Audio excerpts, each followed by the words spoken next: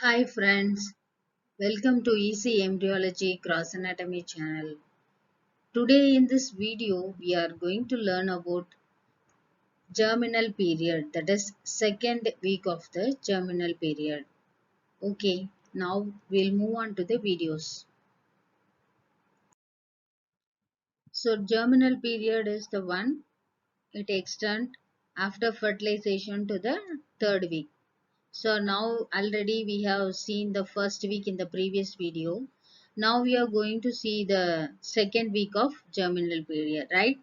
So in this case, what will happen is first the embryonic pole of the blastocyst, isn't it? This is the embryonic pole of the blastocyst cyst which grows deep to the endometrial stroma. So remaining the cavity which are all free in the uterine cavity. So now the blastocyst, the whole part of the blastocyst is enter into the endometrial stoma. So after the entrance, there is a closure seen in the uterine epithelium, which is called as fibrin plug. So next after entrance, we can see there is a changes in the residue of the uterus. So what are the changes? The first one is the layer which covers the embryonic pole of the blastocyst is called a decidua basalis, and the layer which covers the aembryonic pole of the uterine cavity is called decidua capsularis, and the layer which covers the uterine cavity is called decidua parietalis. So these are the changes seen in the uterus in the second week of the germinal period.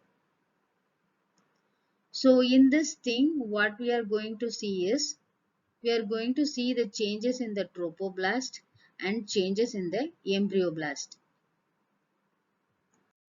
Now we'll see the changes in the trophoblast. See here, this one is the inner cell mass and outer cell layer is present. So the outer cell layer only we can call it as trophoblast.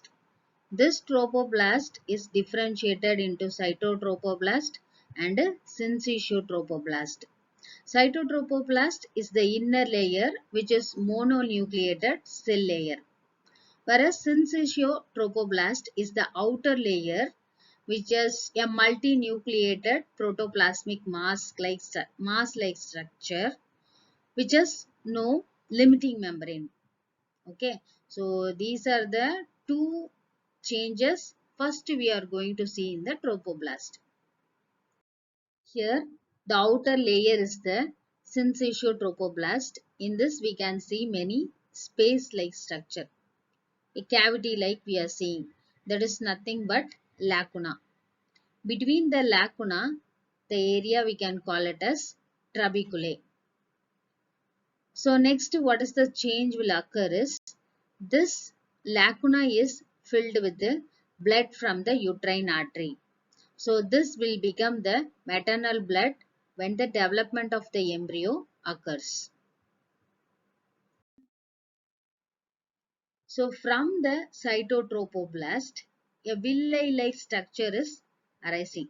See here, this is the cytotrophoblast cell, which is the inner layer. From here, the cells are projecting into the trabecular space. So now we can call it as villi-like structure. So now what we are saying is, the lacuna is present between the two villi. So this lacuna we can call it as intervillous space. So next, this intervillous space present, no? So this covers the whole part of the syncytial trophoblast as a shell-like. So this we can say it as outer cytotrophoblastic shell. Now in this picture you can able to visualize the primary villi clearly. So these primary villi and outer cytotrophoblastic cell changes and all will be completed between 9 to 13 days. Next we are going to see changes in the embryoblast. Here the inner cell mass only differentiated into embryoblast cells, right? So this inner cell mass only called as embryoblast.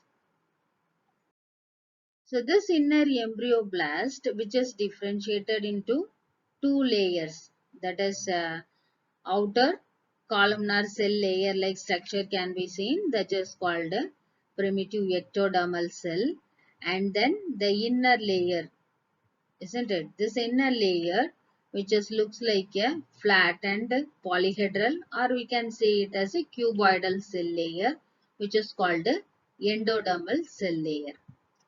So these two layers derived from the inner cell mass. So here in the picture we can see the inner cell mass. This inner cell mass which is attached to the trophoblast. So first it is attached to the trophoblast, and this is separated from the trophoblast by a developing cell called a amniogenic cell. So these cells only separates the inner cell mass downwards from the trophoblast cells. So at that time what will happen is a cavity like appearance seen between the amniogenic cell and the ectodermal cells. This cavity is called a amniotic cavity.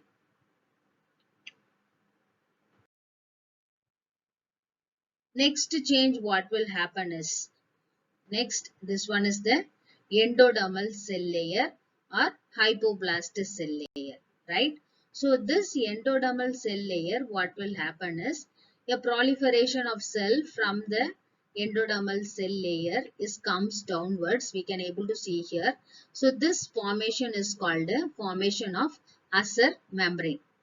So this Husser membrane which enclosed the endodermal cell and makes a cavity like structure which becomes the primary yolk sac. So we are getting two cavities. One is amniotic cavity, and in the inferior we can see the primary yolk sac. Here the amniogenic cells and the ectodermal cells are meeting at one point. That junction is called a amino-ectodermal junction. So here we can able to see the meeting point.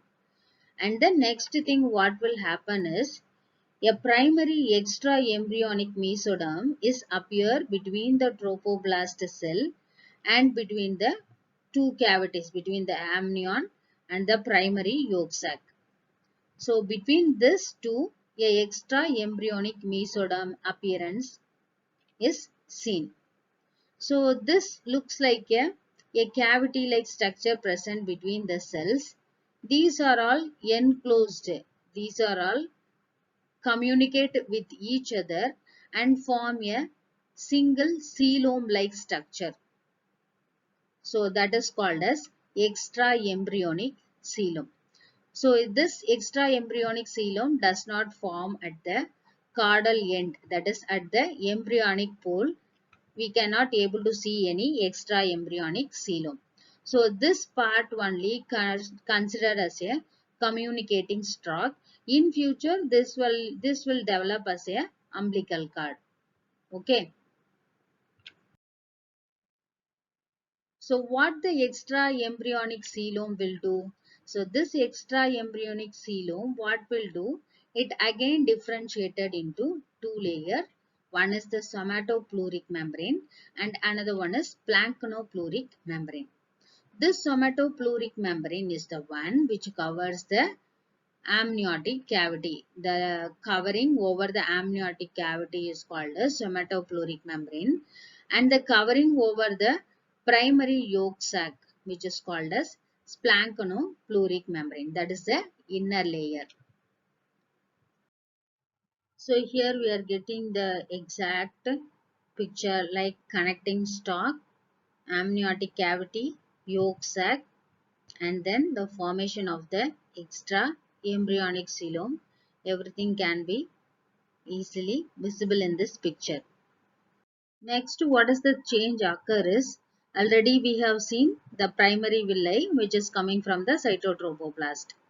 So here, because of the formation of the extra embryonic coelom, so here the extra embryonic coelom and then the somatopleuric membrane and the trophoblast cell layer together, it is considered as a chorionic villi. So now at the end of the second week, that is the 14th day, we can able to see a bilaminar embryonic disc. So what is the important thing here we are noting is, so this only will become the embryo in future. So what is the important change here is going to appear is, at the cephalic end the endodermal cells is going to thicken and this only forms the procaudal plate in future. So this is the major important thing occur in the end of the second week. So up to that we have seen the changes in the residue of uterus, changes in the trophoblast and changes in the embryoblast of germinal period of the second week. Up to that we have completed everything. Okay, thank you friends. If you like this video, please subscribe and share.